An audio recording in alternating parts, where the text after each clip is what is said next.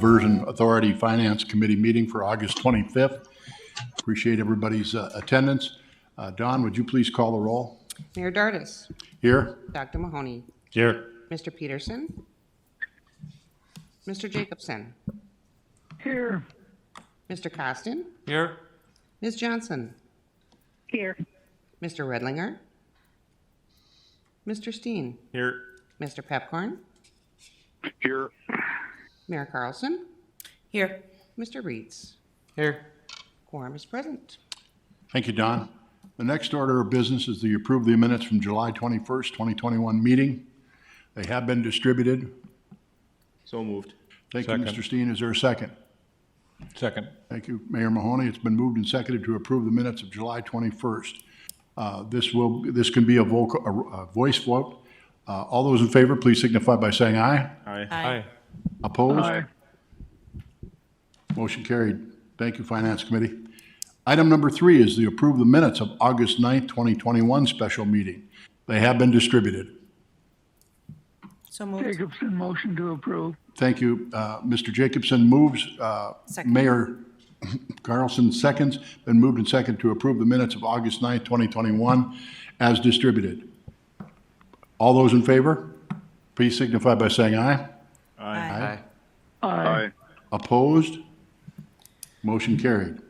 The next order of business is item number 4, is to approve the order of the agenda. It has been distributed.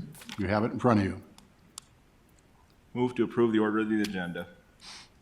Thank you, Mr. Steen. Is there a second, please? Second. Thank you, Mr. Costin. It's been moved and seconded to approve the agenda as distributed.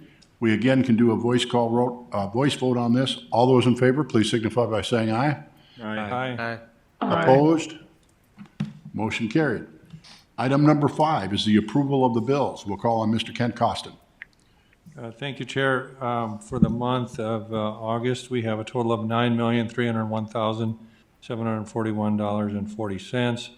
The stakeholder reimbursements are listed there for the City of Fargo, Cass County, Clay County, along with legal bills and a few other incidentals. So I would stand for questions if there are any, and otherwise a motion to approve. Thank you, Mr. Costin. We have a motion, but I'll ask if there's any questions from Mr. Costin before we move forward. I have a question, Chair. Mayor Carlson, please. For the City of Fargo bill, I noticed that there were, apologize, I'm just finding administrative fees that were put forth into the bill. And I don't believe that we have received information to explain what those actual costs were and the reasons justified for those administrative fees. So I would move to remove those administrative fees out of the bill, pay the remaining portion, but I think the administrative fees need to be taken out. I have 2 motions on the floor. I'm going to call the first one out of order because we didn't have discussion. We'll go to Mayor Carlson's motion. Is there a second? I'll second. Commissioner Steen seconds. Been moved and seconded to approve the bills excluding the administrative fee as presented in the bill's report. Mr. Chair. Is there any discussion? Please. Please, Mr. Say, Steen. And the question I would have is this still the 4% number? Yeah, it just for the sake of clarity and transparency, this issue is being batted around between administration and this board and this group, and it just has not been resolved based upon the most recent communications. We discussed that at the City Finance Committee meeting last month. I was directed to turn it in with administration included, assuming that there had been some verbal discussions about this issue. So I'm following protocol as I'm being directed by my employer. If there needs to be more discussion on it or some form of justification, again, as a reminder, the meeting that we had a couple of months ago, looking for clarity about that. As it sits right now, that fee is part of our infrastructure funding policy, the City of Fargo, and we assess that as an oversight fee on any contract that we administer. And because we're administering the in-town levy projects independent of Jacobs, we feel it's a legitimate process and practice, and it follows our policy. And I know that's being debated, and I don't know if it needs to continue to be debated or if it can just be resolved somehow with Joel. I think there has been some dialogue with Joel, and I'm not sure exactly where he lands on this, but I've been directed to turn the fee in. So that's my report. Thank you, Mr. Costa. Mr. Steen? Say, and this has been a long time since we had that meeting back in January or whenever it was, and it was a long meeting. We had a lot of discussion going on there, and I thought what we were going to do at the conclusion of that meeting, Kent, was that we were going to, city was going to come back with some justification for the 4%. And has that That happened? has not happened. Okay. Yeah. And any reason? I mean, Mr. any reason Chairman. why we haven't done that hasn't occurred? Workload. Okay. Is there any further discussion? Mr. Mayor Chairman. Mahoney?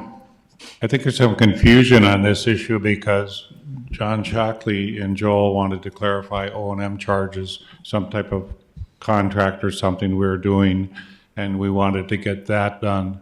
Further discussion with Joel, when I had discussions with Joel, he said the 4% was still in. So I think there's some confusion on what Rick is asking is, did you show with justification for your billing? And I think that's confusing right now because Kent doesn't act exactly what they now want or you want. And so what happened in our meeting in January, obviously, I think the feeling of the group was it was out. I was talking to Joe, we have a contract on something else that was clarified on O&M. And I think when we've had discussions, this never had another discussion. So we had our meeting in January, and in fairness to Kent, we never had a follow-up discussion of that to go over this. So Nathan Beerbaum's salary, different things that are part of this fee, you're not paying right now. So that I think there's a little confusion. It's just not an add-on. It's actually paying for people's times, effort, finance department, different things. There was another negotiated fee. I think there's some charge that you guys have talked about recently that you. Well, this committee and the Diversion Authority approved a fiscal agent services agreement for $192,000. That was intended to be compensation for our finance staff and our finance functions. It had nothing to do with our engineering staff, our engineering functions, our oversight of contracts, that type of thing. So you need to delineate in your own mind what we're being compensated for. And I think the 4% is being directed at that engineering, contract management type oversight on those contracts, because we do turnkey and we turn it in, and the projects are done and completed on behalf of the authority, and we should be compensated. Now, whether you think it's 4% is too rich, that's probably to be debated, but I just leave it there, just in your own minds, how you choose to sort this out. I think that's the issue. Thank you, Mr. Costa. Mayor? Thank you, Mr. Chairman. Because there is still some confusion around this and there isn't solidarity in opinion as far as what can be put into the bill, if it's O&M, if it's actual cost, if it's some type of document stating the specific reasons. I think that at least to be able to move forward and at least get the majority of the bill paid for Fargo, that was why I submitted the motion as I did. And I would ask maybe our executive director maybe could convene a meeting to at least try to have a discussion specific to this issue so it can get resolved, and we can move forward and not have to revisit it again in the future. Thank you. Mr. Steen? I'll And then- defer to Mr. Paulson. Okay, Mr. Paulson? I'll just make some suggestions for the committee. We have reimbursement resolutions with the member entities, but we don't have a reimbursement resolution with the city of Fargo. So they're using their existing policies and how they interact with, the entities that they interact with. But I would really probably suggest that that this committee and the board determine what a policy would be, and we get that reimbursement resolution in place, because that's really what I worry about is just, looking at this from a performance standpoint and making sure that we have paper trails that cover everything. Mayor Mahoney is right. We do have an administrative fee for some of the O&M functions and reimbursements that we deal with the city of Fargo on. But we do have a draft reimbursement resolution, I think, and this is, from my understanding, this is maybe one of the last remaining things that we need to get that in place. I think really that would guide us to get resolution to this. But, it's, from my standpoint, it's a policy issue. I mean, the DA will do whatever is determined in the resolutions. And so if Kent and I could maybe talk about this all day, but we're not going to be able to come up with a solution. So. Mr. Steen? No, I don't disagree. You guys could talk all day and not come to an agreement because you got, two different perspectives of what's going on here. But I thought that's why we had that meeting in January. It was a long meeting in January. We talked a lot, and I thought the resolution was, and I could be mistaken, but I thought the resolution was the city of Fargo will come back to us with something to justify the 4% and basically some type of cost analysis or allocation, that type of thing. That's what I thought the resolution was. And we haven't had a bill since January, I don't think, right? So it's the first bill since January. And so, again, I look at this, and Shelley, thanks for pointing it out, is that where's the resolution? What happened to that resolution, and not written resolution, but the conclusion of that meeting where we said we're going to come up with something to justify the 4%? Because we're sitting here going 4%, we're paying, what was it, 9 before? So I can't even remember the number. 10% before, and that was probably appropriate at the time. I'm going to suggest it wasn't. It isn't, because I don't know. And I don't know if the 4% is appropriate. I just don't know. And that was kind of what we talked about in January. That let's put something on the table so we know what's appropriate. And there's, I don't want to rehash the January meeting because we spent an hour and a half at that time or whatever it was talking about that meeting. If we have to have another meeting to get through this, then we should do that. But I thought we kind of did that once already. So I don't know. I think, Shelley, your motion was go ahead and pay all the costs, but until we get some type of resolution on the administrative fee or some type of support, and then we should maybe withhold that. I think that's your. Mr. Chairman. Any more? Please, Mr. Mahoney. So just if we both concur that might have been a solution that was given in January, then is it fair to get to a resolution? Joel, Kent would meet, come to a number, bring it back to this committee? Or would be some of the members of this committee also are in that meeting with Joel to ascertain, yes, it's justified or not? I think it would be well, my own personal opinion, it should come back to the finance committee. I mean, to put Joel in a position to say, agree with Mr. Mahoney, that Mayor Mahoney, this is a reasonable, that's unfair to Joel. It's a policy issue. Policy issues should come from the board. It's not an administrative issue per se. Mayor Mahoney, it's a great question, and, the fact that we have the luxury of having the Diversion Authority chairman on our finance committee, I don't believe it's the finance committee's protocol that we appoint a committee on this very important issue to discuss, and I'd defer to Mayor Carlson as the chairman of the Diversion Authority that, that way we can get all the right entities, everybody at the table that has an opinion. But I would say that when Joel's negotiated all our other contracts, he's the one that's brought the final product to this committee that we've approved. We've had no board members help Joel negotiate with Jacobs. We've had nobody helping you with any of your negotiations on anything else. So you might get a little political when we have people from our board to go on this. And to my mind, if you have a CEO and he negotiates a contract and it's fair, why should we get involved with that?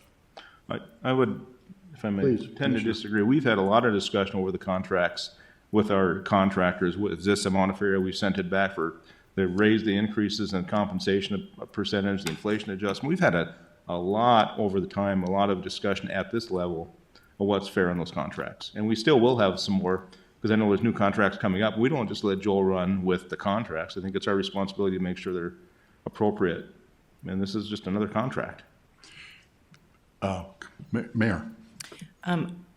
Just to respond to your question, Mayor Dardis, I do think that it is, and also Joel, that this is a policy that probably needs to just be determined, and I think bringing it to the Finance Committee, since this has to do with our finances, would be the appropriate place to bring it. And then it could then be brought, a recommendation that could be brought to the full board. Thank you, Mayor. Is there any further discussion? Again, we do have a motion on the table. Let's try and keep our focus on the motion. The motion is to pay the bills as presented by Mr. Costin this month with the exclusion of the 4% administrative fee that is noted on a line item throughout. So is there any further discussion specifically on the Mayor, details I thought of it the was motion? just to pull the Fargos. I didn't think it was to approve the motion. Did you double motion that? Yes. I thought you were just pulling City of Fargo's out. I'm sorry. I thought your initial motion was just to pull the City of Fargo's building out. Yeah, my initial Administrative fee of motion, 4% out. Yes. yes, Correct. that is correct. Is that not what I said? And I seconded that, You said approve the bills plus pull it out. Less the. less the administrative fee. Okay, Less can the I ask you to split that motion, please? What?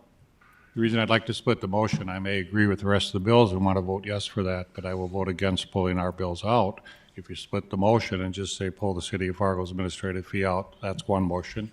And then to pay the rest of the bills, that'd be a secondary motion. Oh. Oh, I see what you're saying. I understand. Yep, yep. I have a motion on the table. The motion stands as it is unless the second and the motion maker will agree to that. I will amend my motion to split number 5 on the agenda of approval bills. My first motion would be to approve the City of Fargo, just looking at the City of Fargo's bill, less the administrative fees. And then your second motion would be to pay all the rest of the bill. And that's agreeable to the Is that all right? second? Is that all right with the second? If I understand, that's consistent with what Mayor is asking for, yeah. Yes. All right, I'm going to ask. You want to move on to pay the rest of the bills as well, right? Yes. Mayor, That's would right. you make the motion so it's clear to everyone? How would you like it stated? Motion would be to split the two motions, so you'd vote on one first would be which to pull out. Give me one motion. That'd be, I can't give you one motion because I can't vote against it then. The only reason to split a motion is so you can vote for all the bills on one, and then on the secondary one where you're pulling our administrative fees, I can actually vote no. So it actually is two motions. Yep, and I already made the first motion with, Yeah, in if you in split the reference. motion, what it means, you vote on your first one and then you voted your second one, they're separate two bills, so. And Bernie wants one motion, so you want one motion, and, I think this is as clear as mud. yeah, So, no. my one motion is to take out the City of Fargo's bill, pay for that minus the administrative fee. So that is my first motion. Second. I have a motion and a second. And this just pertains to the City of Fargo bills. Is there any discussion with regard to the submittal of bills from the city of Fargo that we pay all the bills less the administrative fee? Any further discussion?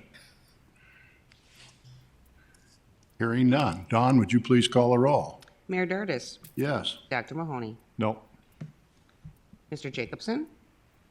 Yes. Mr. Costin. No. Ms. Johnson. Yes. Mr. Steen. Yes. Mr. Pepcorn. No. Mayor Carlson. Yes. Mr. Reeds. Yes. And Don, this is Mike Redlinger joining virtually, and I'm voting no as well. Thank you, Mike. And we have yeah, well, 4 noes and 6 yeses. Motion passes on a 6-4 vote. Mayor Carlson. My next motion would be to approve the remaining bills. Second. Been moved and seconded to pay the remaining bills as presented by Mr. Costin. Is there any discussion? I have a motion to pay the remaining bills as submitted. Don, would you please call a roll? Mayor Dardis. Yes. Dr. Mahoney. yes, Mr. Jacobson. Yes. Mr. Costin. Yes. Ms. Johnson. Yes. Mr. Redlinger. Yes. Mr. Steen. Yes. Mr. Pepcorn. Yes. Mayor Carlson. Yes. Mr. Reeds. Yes. And that is everyone. Mr. Chair, if I may. Mr. Steen. Thank you. You know, really don't like going through this. Can we get to some resolutions? We just get this done so we don't have to continue to come back and talk about this. I know it's time. It's just gonna take some time to do this. It'd be nice to get this behind us and move forward. That's my point. I'd love to do that, so. And however that's accomplished, we'll let the chair decide how she would like to get this accomplished. If you'd like it to be on the finance committee, rather than the full board, or whatever's your pleasure. Mayor? Yes, Mayor Dardis, I think it would be best vetted by our finance committee first, and then it can make the finance committee can make a recommendation to the full board. Okay, I will have conversation with Mr. Paulson and Mayor Mahoney as to how big that organization shall be, and we'll set up, we'll reach a mutual agreement. We don't need the entire finance committee, I don't believe, but I would certainly take input as to who would be critical of this. Obviously, probably Mr. Costin would be critical to be on that committee for an understanding, but that'll be forthcoming then. Item number 6 is the finance report. Mr. Costin. Yeah, if you turn to page 28 of 142, our cumulative financial report is presented here. I just wanted to point out, based upon discussion at the last meeting, the complicated nature of evolving our financial plan is rolling into the financial statements. So you'll notice a new Fund 770. That is the administrative budget that is paying for all the staff costs to run the Diversion Authority on the near right side. And then there's one called an excess capital fund that's called out in the master indenture of trust for that, and that represents what is being paid to the city for fiscal agent duties at that point. So that's the reason why there's new funds appended on to the end, just for clarity. Then for the report with regard to that, the cumulative spend is $721,990,939. And down below, there's some other financing sources and uses, and basically those are just transfers in between those three funds. We're operating multiple funds now. We'll continue to expand as the master indenture of trust matures. So we might have to shrink this financial report to fit onto one page eventually.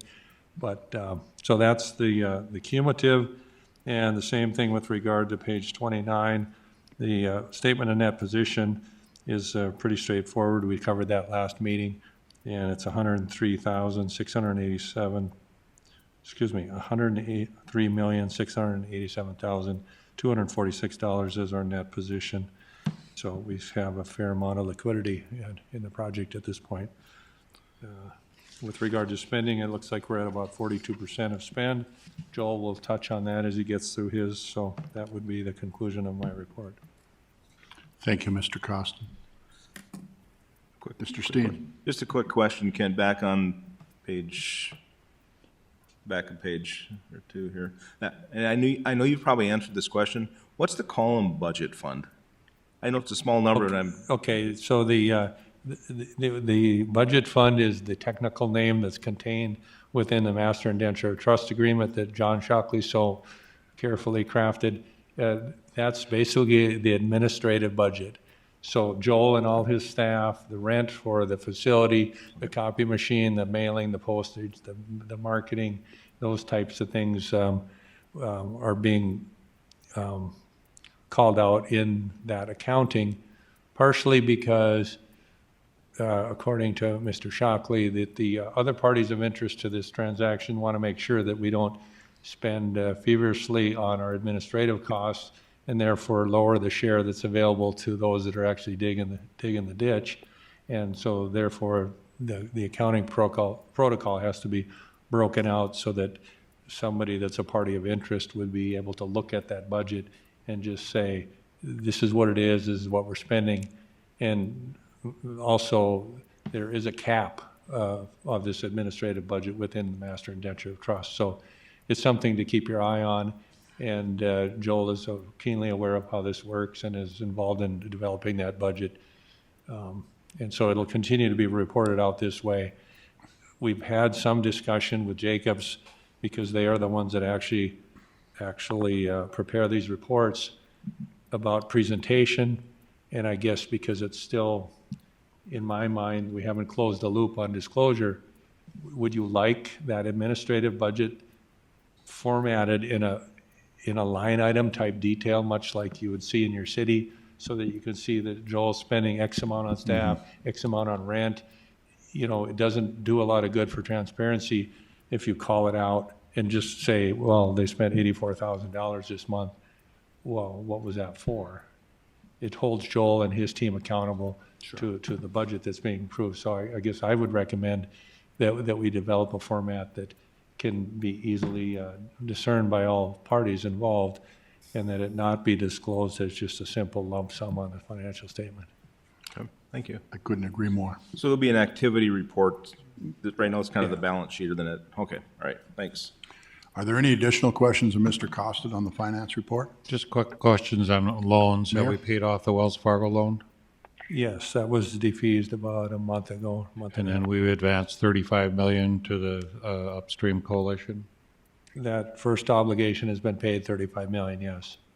And then I know the county's been going crazy on sales tax. The numbers are higher than we expected. I think the city is doing higher in sales tax with the expectation of 1.5, and we're close to 8, 9. You guys are 12, 13. I don't even know how high you are. How does that reflect in our revenue? Does that somehow come out so we know that we're actually ahead on revenue on our sales tax? Is there any? I just don't know where it's in your report, Kent. Page. Yeah, those are being disclosed in the cumulative report. City of Fargo, Cass County, that all comes from sales tax. So if you look on page 28, you can see the growth in those payments. For those who can't see the small print, can you point that out, or? I can now. Yeah, it's the first two lines of the financial statement. City of Fargo, Cass County, so you can see that 32 million or 30 million, 32 million, 15 million. That's, if you look at the history, that's consistent. Prior to that, in 16, there were some capital financing transactions, so those aren't consistent. But so if your question is there a report that succinctly measures the budgeted receipts against what we've got, I'd say page 30 of 142 would show that. Because if you go right there, we budgeted 32 million for City of Fargo. We budgeted 16 million for Cass County. You see the monthly totals to the right, and then you see the fiscal year to date. So, yeah, I'm looking at that Cass County figure. That I'll help Your clear. report on the page before didn't look correct for the county either. I'll help clarify that number with Cass County. So that includes the money that came from the temporary improvement refunding bond. Thank you. Yep. Yeah. So they issued the debt. They remitted good it though, to Joe. us, and that's a good point. We've been tracking who's been putting the money in, and maybe not so much as what's the source of funds. And so maybe that should be split out and called City of Fargo sales tax, Cass County sales tax. And then down below, there would be other financing sources, which would be debt proceeds. So we can clean that up. I apologize for that. We probably should have thought of that, but Thank you, Mr. Costin. Would you go back to the other page where you had the multiple lines? And if you could explain 2021, 2021 Cass County, why that number is so off compared to what, except for back in 2013, the 7 million. well, because it's only mid-year. Okay. It's half a year essentially, or it's through July. So, Okay. I mean, as that proceeds on, you'll see it fulfill its way up to the budget, which was 16 million. Okay. That's a timing issue with regard to the month of being reported. The 28, Joel, thank you for your comment. It looks like we did revise the Cass County Joint Water Resource District. If you look in 2021, the 28,630,000, that was because of those temporary bonds that we advanced the funds to the diversion. So I think what the issue is the synchronization of page 30, the financial report, to the cumulative report, and making that all align. We'll work on that this month. The point I'm trying to make, Mr. Costin, is when I've seen all of the sales tax reports, we've been running ahead. Yeah. Cass County, West Fargo, have all been running ahead.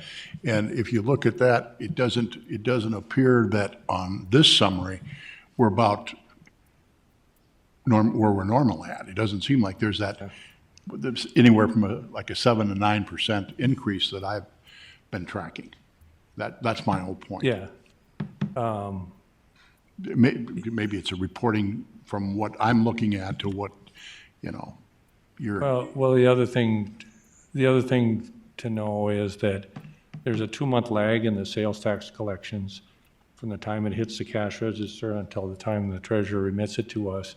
At the end of the year, we make an accrual adjustment to accrue those last 2 months. So you do catch up and we'll hit that budgeted figure. So if you're going cash to cash all year long, and I do want to say those sales tax receipts have really increased. I think Fargo's was 12 to 14% and the county's was almost 20%. That's phenomenal. But good point in what you're saying, that's not being flagged out individually Sure, so that okay. everybody's aware. And maybe that's something the finance committee wants to consider. I just know that Joel and John and everybody's been working real hard on what we're doing in our adjustments, but we were at 1.5% basically assumption. And that's over 3 years. I mean, we're gonna find as we go here, we'll take the good times now, but then it's a little bit more of a cushion to carry us as maybe we go back down again. But it's fantastic. We should be able, John, to bring all those projects in we took out. No.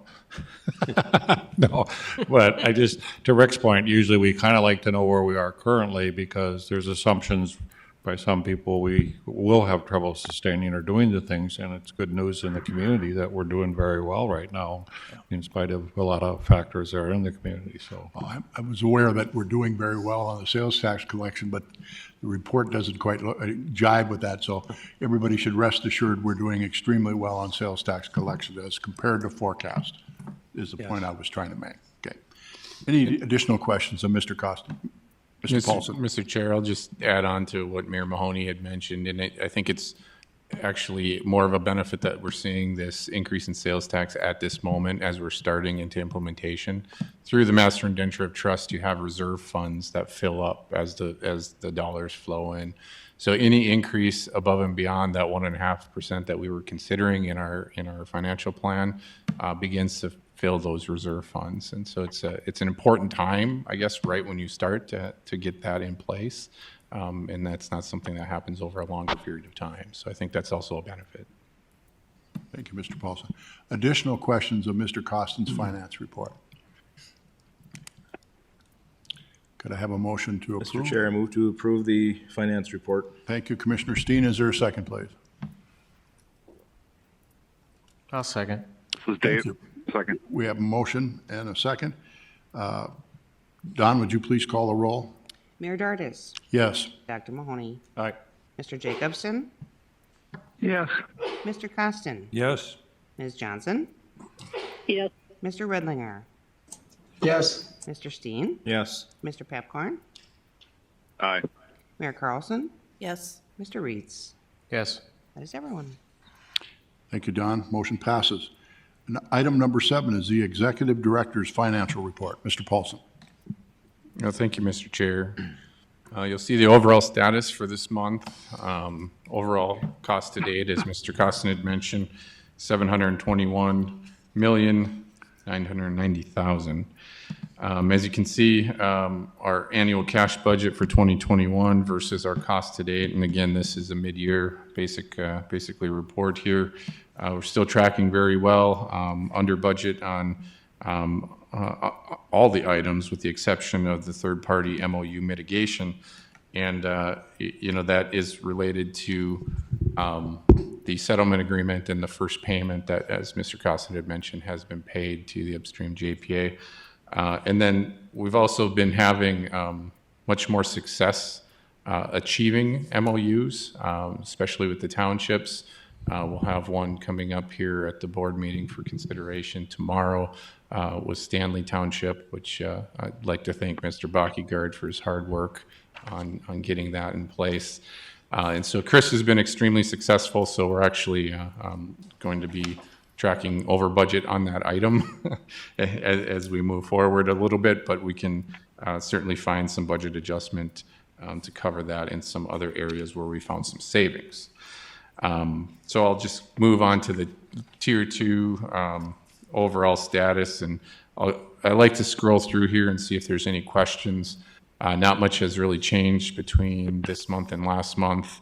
Still, a majority of our expenditures are on lands, and the program manager getting us through the procurement phase. So you can see we're still tracking well under budget for many of these items. I've moved to page number 2 here. And the only one that, and Mr. Chair, you got me on this last month, the only one that's over budget with the appearance is under land acquisition and mitigation. And as we discussed that item, really has to do with the timing of acquiring properties. And we really had a lot of properties this year, more than we expected, that some of those should have come on board last year. And so that's where we're seeing that budget overrun on that item. I'll go to the next page. Mr. Chair and members of the Finance Committee, I think we're still tracking very well for the year.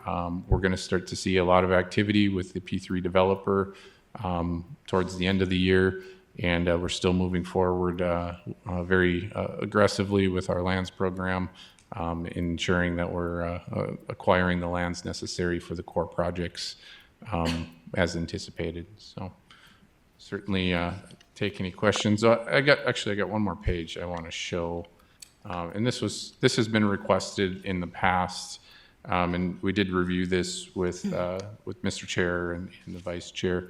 This is really a summary that I intend to include in the Executive Director updates on a monthly basis to the Finance Committee, and this is a list of budget adjustments that occurred, and so we had 3 budget adjustments occur this last month. It's basically a cash budget allocation. The first one was to support HMG's services for the I-29 grade raise project. That task order was approved by the board. We unencumbered $155,000 out of HMG's permitting task order and allocated it to the I-29 grade raise task order. The second one was a transfer to support really an effort to make Pleasant Township happy. They requested some roads to be re-gravelled prior to next spring, and so we unencumbered $9,000 out of the debt service budget and moved that to cover. And that was something that if we would have had to wait for approvals, we wouldn't have been able to get that work done. And we had IBI wrap that in with our wetland mitigation project in Oxbow. So we already had a contractor on site. It just made sense. And then the third one is really just splitting the DCAI or the channel utility relocates and allocating dollars to the Southern Embankment utility relocation budget. We had $0 for the utility relocation budget in our cash budget this year. And again, Mr. Bakigard and the tech team has really been making a lot of progress on utility MOUs and utility relocates. So we're taking from what we had anticipated for the channel utility relocate and allocating $2.7 million to the Southern Embankment. So I will be providing this in the future for all those budget changes for the Finance Committee's awareness. And if you have any comments on the format, I can certainly change it up a little bit, but I think it encompasses the information that would be pertinent for your consideration. I want to thank you for doing that. That was a request of the Finance Committee that the effect that the budget reallocations had on our overall budget. So I'm fine with the format. It's a good report to have. It just keeps everybody on the Finance Committee aware of what those changes, the effects they have. Are there any additional questions for Mr. Paulson? Two questions. I think Joel too, and I don't know this because it's been a long time since I've looked at it, but maybe take a look at the JPA, and I'm not sure if budget changes require approval. I'm not even sure, but I know there's something about budget changes in the JPA, and I don't know the detail. John's reaching for it right now, but anyway, but just in case we are supposed to take some action on approving, I don't know if we are or not. Yep. And the second question, I'm not unhappy with this at all, but on page 1 of the level 2 detail, annual budget for management, legal, financial, and procurement. 17 million budget, we're only at about 5 million. Like I said, I'm not unhappy with that, but what's the significant difference? Is it all in procurement? You know, a lot of that is related to the timing of when we procured the P3 contractor. If you recall, last year we were planning on procuring that contractor much earlier in 2021. Through multiple delays in that process for very good reason. That pushed the procurement of the Red River Valley Alliance out later, about mid-year instead of early this year. So in our budgeting for 2021, we had anticipated a higher level of activity with the Red River Valley Alliance starting this fall and actually moving into some construction potentially this fall. Right now, because of the timing, it does look like the Red River Valley Alliance will begin limited activities that we've given them approval for, such as survey, mobilization, but really we won't see any real construction. Right, but wouldn't that be under channel construction line versus procurement, legal, and financial? That's what I'm getting at. I guess it's a good question. Background there. That's a good You got question. some help. I'll let John. Mr. Well, maybe Shockley, let John jump in. Mr. Shockley would like to have some input in this. Thank you, Mr. Chair, members of the board, and I think this is actually probably a good news story. When we were planning the budget for the P3 procurement, we had taken a conservative approach because we didn't know what was going on with the litigation, and we were actually concerned that we would have an extended procurement, and the longer your procurement goes, it burns a lot of money. And so this is a good news story that we actually, because we were able to reach the settlement agreement, get the procurement done sooner, we didn't burn through as much budget. Okay. And we wanted to be conservative on the procurement budget because all of the consultants on the P3 procurement side, they have high hourly rates and you can really burn through your budget pretty quickly. And so we tried to be conservative, but because where we are, it's a good thing. All right, great. That's what I was hoping. Thank you. Thank you, Mr. Shockley. How about the JPA question with regard to? Still looking, okay. I had one. Mr. Costa, I had please. one question. Maybe just a clarification on page 48 of 142. The amount that's listed for Buffalo River mitigation at $35,250,000. Is that actual? Because I'm sitting here thinking about what we just talked about, the payment being made to the Wilkin group. Is that labeled correctly?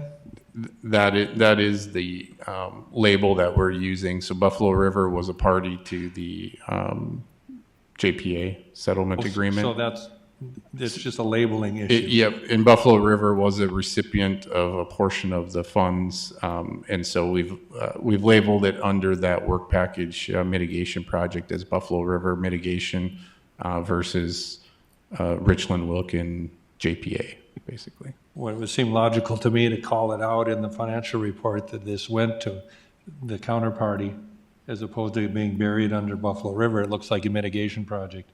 I would recommend that we delineate that in the budget and show it straight up so that we're very transparent about what was paid. I don't disagree, but I'll probably defer to General Counsel Shockley. He was the one that set this all up. So maybe he has some comments as to why we're tracking it under the Buffalo River mitigation. Again, we'll ask Mr. Shockley to respond to that. John, you might just stand up there. Actually, on this issue, Mike's not on. I didn't turn it off. So. There you go. Oh, okay. I think it was just tracked this way because the payment went out under the Buffalo Red River Watershed District. That was probably out. I think you could break it out more if you wanted to. I don't think there was any particular magic to. I know it's under a mitigation project because it's part of mitigation, but I suppose you could put it as upstream mitigation. Well, I mean, I think it's a significant issue from a disclosure standpoint, and once it's over and the payment's made, people are going to quickly forget what happened. And so it seems to me that it should be broken out separately, because if Buffalo River got 250 grand and the other counterparty got 35 million, it's being commingled. So I would suggest we pay attention to that. I'll also note this is available. I have sent out the link, and I'll do it again because maybe Finance Committee and Board, have lost this in their email, but the Finance Committee and the Board has access to this report at any time. You can click on and go in. There is a level 3 detail that breaks these out farther. I only present level 1 and 2. It's the same information in level 1 and 2, but it gets continued broken down as you move down into that. I don't know. We do have the ability to pull it up, but I would guess level 3 detail has it line itemed out. Which one? Mr. Chair, Please. do we Mayor. have the ability to pull it up at that level 3 detail just to see if it is in there? I just asked Peggy. I know. I can pull it up on my computer, but my computer's not. Oh.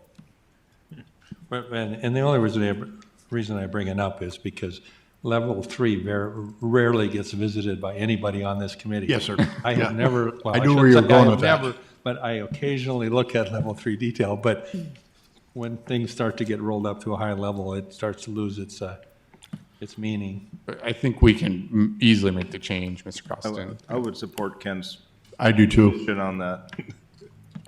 I agree. Any additional questions for Mr. Paulson? Mr. Paulson's report is for information only. It's not an actionable item. Having no further questions, we'll move on to item number 8, is the contracting actions. Mr. Paulson, Executive Director. Thank you, Mr. Chair. Would you, is your preference to take these one at a time with discussion and roll call vote, or shall I go through them all, take questions? Why don't we go through your summary of each of these, and then I'll ask the committee at the end of that if there's any specific that we want to break out. Okay. At the end, we'll deal with it at the end. Sounds great. So task order number 101, amendment 0, is really combining 7 open task orders that HMG has. There's been some analysis. We've been managing at one time or another over 32 task orders for HMG. Quite a lot of administrative time to pick through the invoices when they submit them. It really is inconsistent with how we're contracting with our consultants. AE2S and Jacobs, our other 2 large consultants on the program, have just a couple task orders with many different types of services contained under there. So I did task Mr. Chris Bachigard with working with HMG to classify their existing task orders that are active into more of a broad classification. And they did come back and recommended 2 task orders, is task order 101 and task order 102, which is your second item on there. Both of them can contain 7 existing task orders, and it's combining it into these 2 task orders. So these aren't any additional funds being expended, not any additional budget being adjusted here. It's taking existing task orders and combining them into one with the intent of efficiency in billing and administrative related to the contracts that we have with HMG. On our oversight, is it still as easy to track the specific task orders, though? Absolutely. So Chris and others are still going through all of the activities that happen. So we get an invoice with the person that worked on it the day they worked on it, a comment of what they're working on, and then it'll be contained under one of these 2 task orders with an indication of whether it's design and construction or H&H mitigation and permitting support. And there's no net gain in budgeted dollars? No. Okay. So it basically is giving us the ability to do budget adjustments at the subtask level without having to bring those forward to the Finance Committee. However, they'll still be reported out to the Finance Committee. But as you recall, every month we have an HMG amendment or budget change. And so it's preparing all that for finance, but it's also administrating all those task orders. And Chris spends a lot more time on the HMG side than he does on AE2S and Jacobs, just because the workflow process is so robust, having to manage the 32 different task orders. So this is really, I think all transparency is maintained through this, but it gives us the ability to save a lot of time and effort on just administrating the billing and the review of the billing and the administration for the task orders. The third one is task order number 2, amendment 4. This is work for AECOM. AECOM is our consultant that is doing the archaeological work and historic mitigation work. So this is work that is supporting basically all of the archaeological actions for the program. Did review this. This supports our cemetery work, which is related to the settlement agreement, as well as historic structures and doing all the cultural evaluations. And we have used AECOM for quite some time on this task. And so this is just another task order for the next batch of cultural and historic evaluations that need to be done. The fourth contracting action for consideration by the Finance Committee is the utility relocation agreement with Wild Rice River, or for the Wild Rice River structure. And this is for Dakota Carrier Network to relocate a line impacted by the Wild Rice control structure. The non-federal sponsor is currently responsible under the PPA for utility relocates. And so this would be an agreement with DCN. The last contracting action for consideration is change order 4 for work package 43G.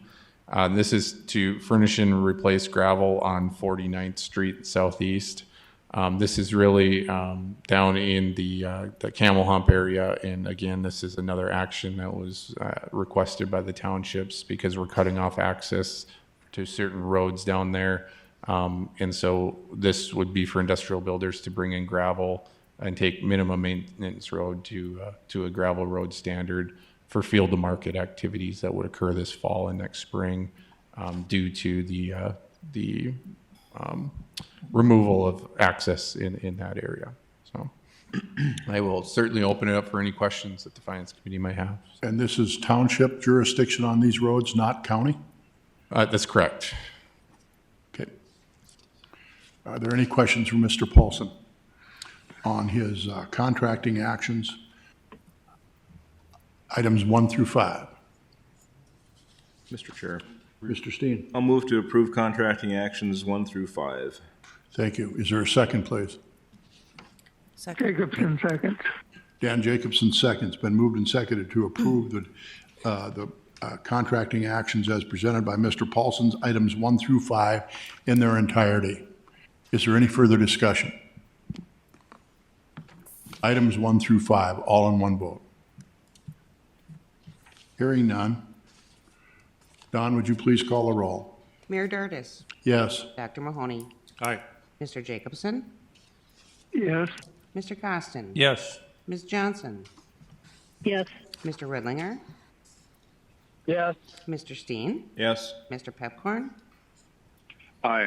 Mayor Carlson, Yes. Mr. Reeds. Yes. That is everyone. Thank you, Don. Motion passes. Item number 9, other business. DA Board approved MOUs and agreement actions. Mr. Shockley?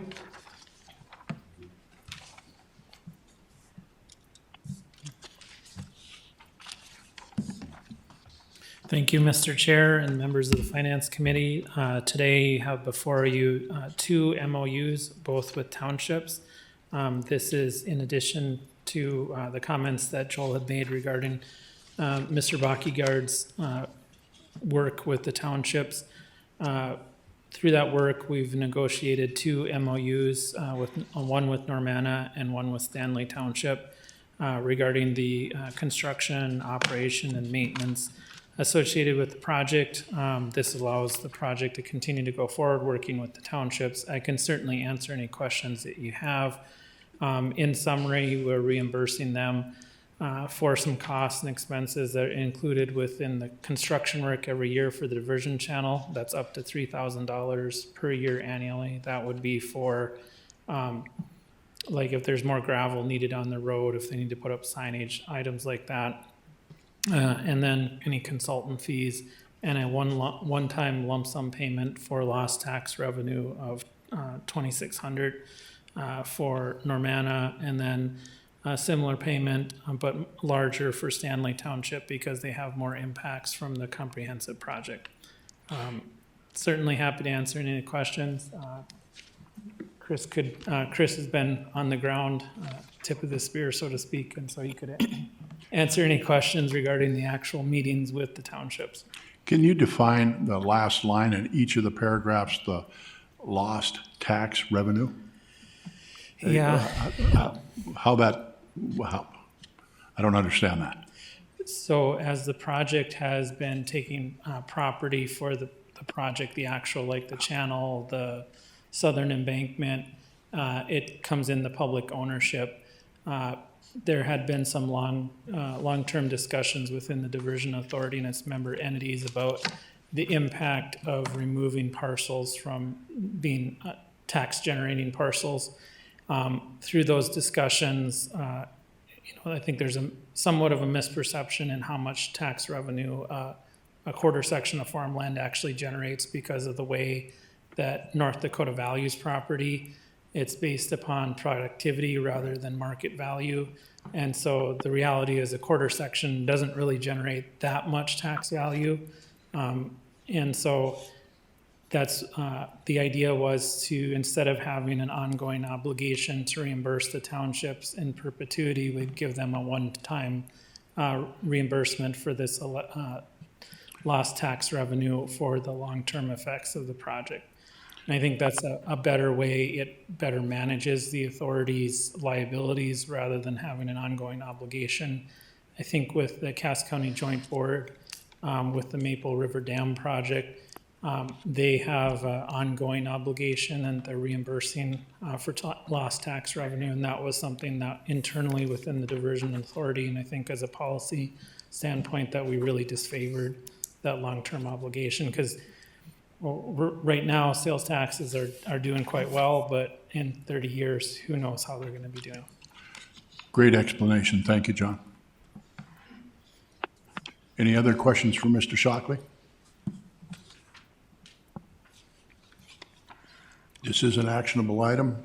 Mayor, did you have a question? No, I just was going to move to approve these MOU and agreement actions. Mayor Carlson moves to approve the MOUs and agreements. Is there a second, please?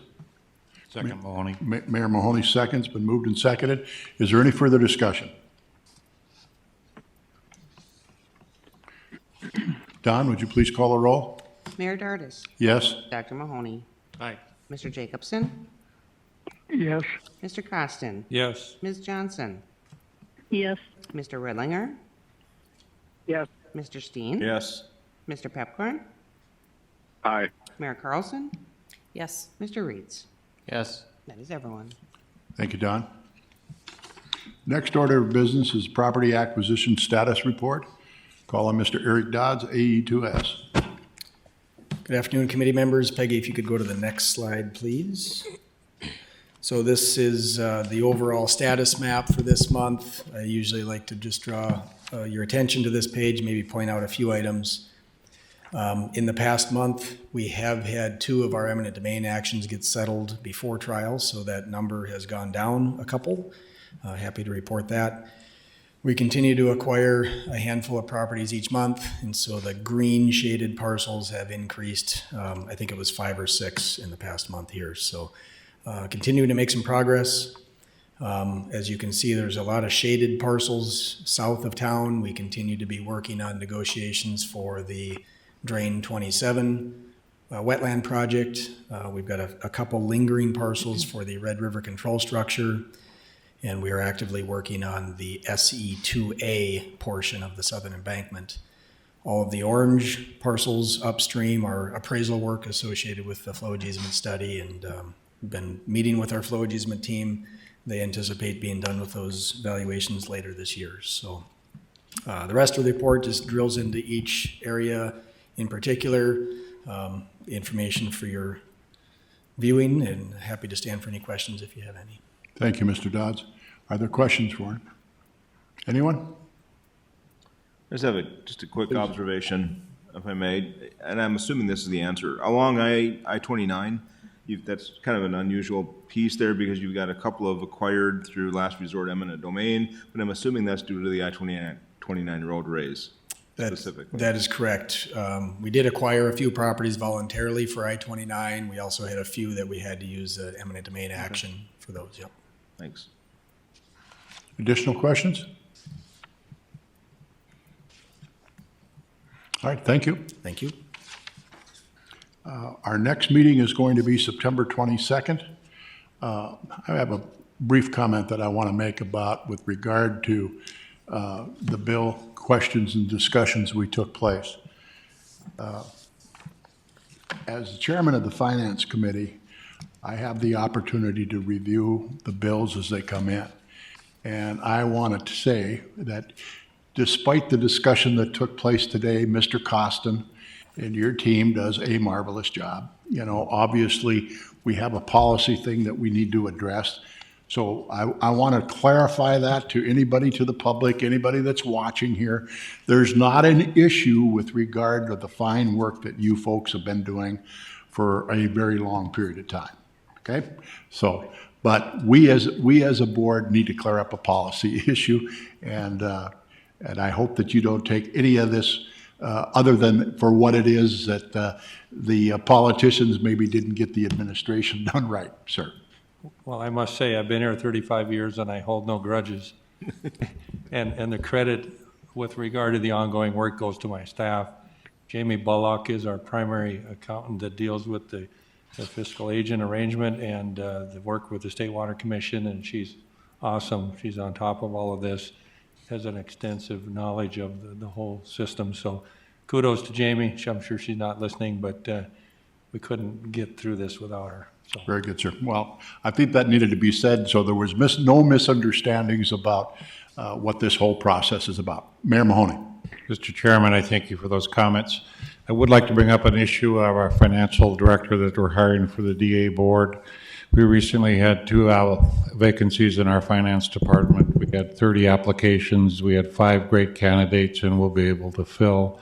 Our salary range is well below 120. Kent? Below 120? Yeah, we have a senior accountant position, and I think it's range from about 75 to 90, and that's somebody that can do extensive amount of accounting, core accounting work, financial reporting, reconciliation, that type of thing, as opposed to a directorship, which would be much higher. But we were impressed with the quality of the candidates and the pool from which we were able to pick. We were surprised, quite frankly, and delighted in the talent that applied. I would ask, we've looked at different aspects of that, Joel, and I think we've had a 120 to 140 range.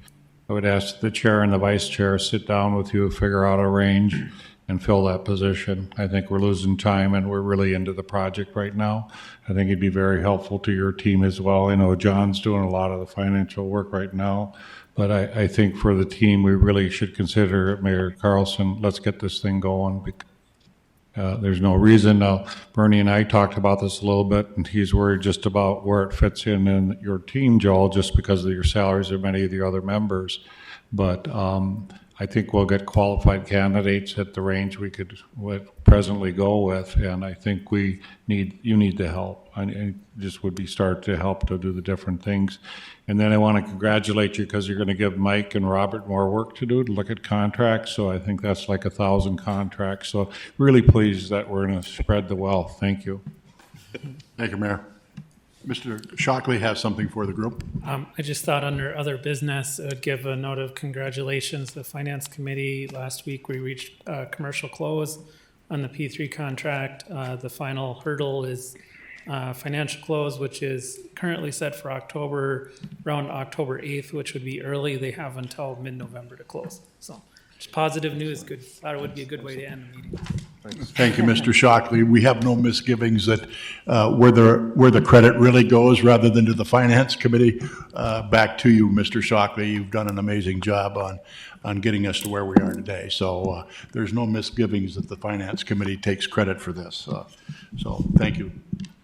Again, our next meeting is September 22nd. We have no further business. Madam Chairman, anything to add? No, thank you, Mr. Chair. We stand adjourned. Thank you.